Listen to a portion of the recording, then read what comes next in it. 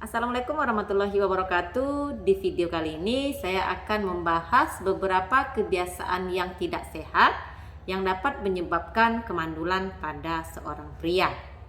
Infertilitas itu sendiri merupakan suatu kondisi yang ditandai dengan ketidakmampuan mencapai kehamilan setelah 12 bulan melakukan hubungan seksual tanpa perlindungan menggunakan alat kontrasepsi.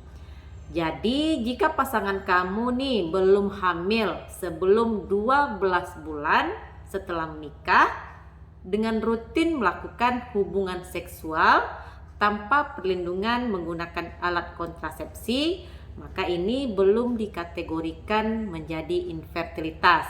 Namun jika sudah 12 bulan baru dikategorikan mengalami infertilitas. Dan lebih dari 186 juta orang di seluruh dunia menderita ketidaksuburan. Dan antara 8 sampai 12 pasangan usia subur dipengaruhi oleh infertilitas. Dan yang mengejutkan, ini laki-laki bertanggung jawab atas 20 sampai 30% kasus infertilitas. Walaupun tidak sampai 50%, namun seorang pria berkontribusi pada 50% kasus secara keseluruhan. Jadi jangan pernah menyalahkan seorang wanita jika dalam pernikahan kalian belum juga ada tanda-tanda kehamilan. Karena belum tentu wanita yang menjadi masalah ketidaksuburan tersebut. Seorang pria pun memiliki andil dalam masalah infertilitas ini.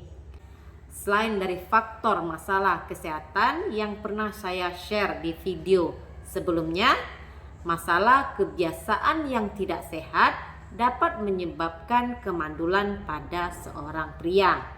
Kira-kira apa sajakah kebiasaan yang dapat menyebabkan kemandulan pada seorang pria? Yang pertama adalah obesitas atau memiliki berat badan yang berlebihan. Bagi pria yang memiliki berat badan yang berlebihan, ini harus hati-hati karena kondisi ini dapat menyebabkan gangguan pada kesuburan. Pasangan yang memiliki berat badan ideal ini lebih memiliki peluang yang besar dibandingkan pasangan dengan berat badan yang berlebihan atau obesitas. Dan menurut penelitian, pria yang memiliki berat badan yang berlebihan lebih mungkin mengalami oligospermia atau azospermia. Jika kamu memiliki berat badan yang berlebihan atau obesitas, ada baiknya untuk melakukan diet agar berat badan kamu mencapai ideal. Ini untuk keberhasilan mendapatkan kehamilan. Selanjutnya poin yang kedua, mungkin mayoritas pria atau mungkin wanita juga menggunakan barang ini. Apalagi kalau bukan telepon seluler atau juga laptop. Mungkin selama ini kita menganggap remeh pengaruh barang yang sudah menjadi kewajiban untuk memilikinya.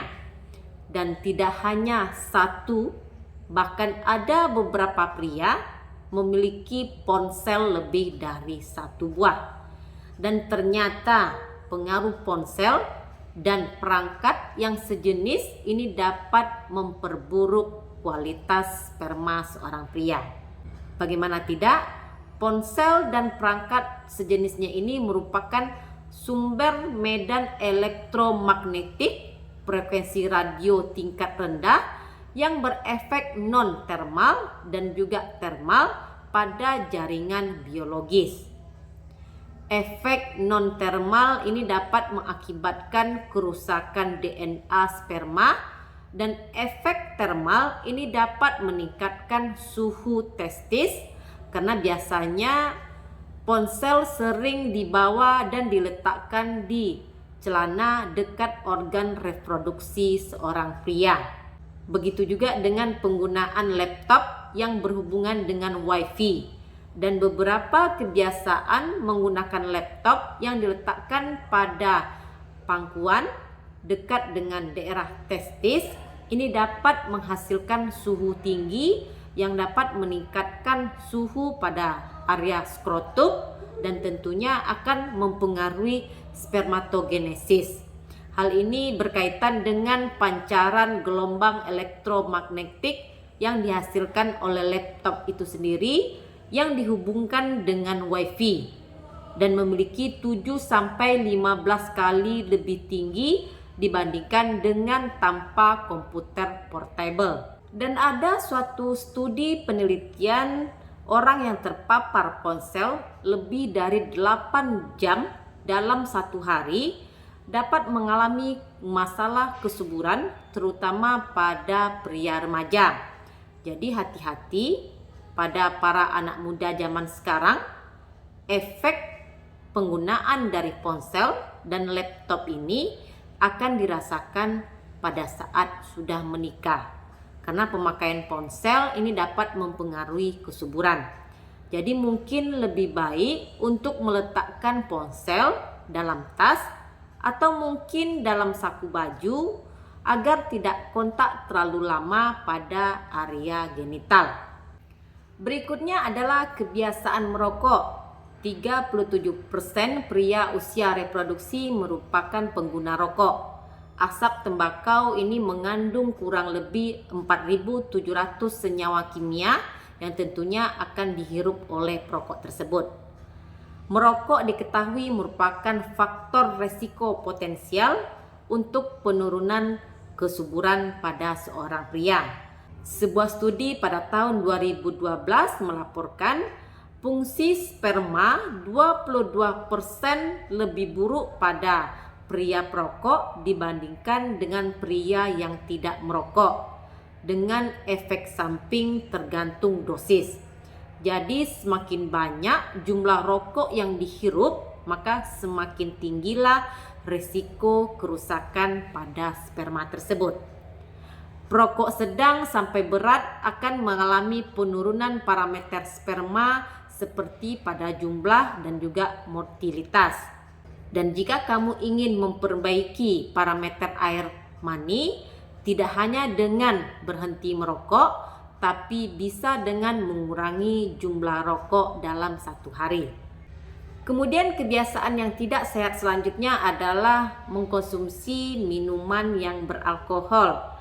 Konsumsi alkohol adalah faktor penting selanjutnya yang dapat menurunkan kualitas air mani. Sebuah studi pada lebih dari 16.000 pria yang mengkonsumsi alkohol ditemukan hasil bahwa mengkonsumsi alkohol memiliki efek berbahaya pada volume air mani dan juga morfologi normal. Tapi bagi kamu yang hanya mengkonsumsi alkohol sekali-kali atau dalam jumlah sedang, tidak akan menurunkan kualitas air mani. Penurunan air mani terjadi pada kelompok peminum harian. Jadi setiap hari minum alkohol ini dapat mempengaruhi kualitas sperma. Dan yang terakhir adalah mengkonsumsi narkoba. Saat ini sangat banyak para remaja yang mengalami ketergantungan narkoba. Hampir 1 dari 4 pria di bawah usia 35 tahun menggunakan narkoba. Penggunaan narkoba ini akan dapat berdampak negatif terhadap kesuburan seorang pria. Jika seorang pria mengkonsumsi barang ini, akan dapat menyebabkan efek pada spermatogenesis, efek pada fungsi sperma, dan juga bisa terjadinya kerusakan DNA pada sperma itu sendiri. Apalagi jika mengkonsumsi marijuana, ini akan menyebabkan terjadinya penurunan jumlah sperma. Itulah beberapa kebiasaan buruk yang dapat mempengaruhi kesuburan pada seorang pria. Terima kasih sudah menonton. Jangan lupa untuk like, komen, dan di-subscribe. Dukung channel ini agar lebih berkembang. Terima kasih sudah menonton video saya kali ini. Stay healthy. Assalamualaikum.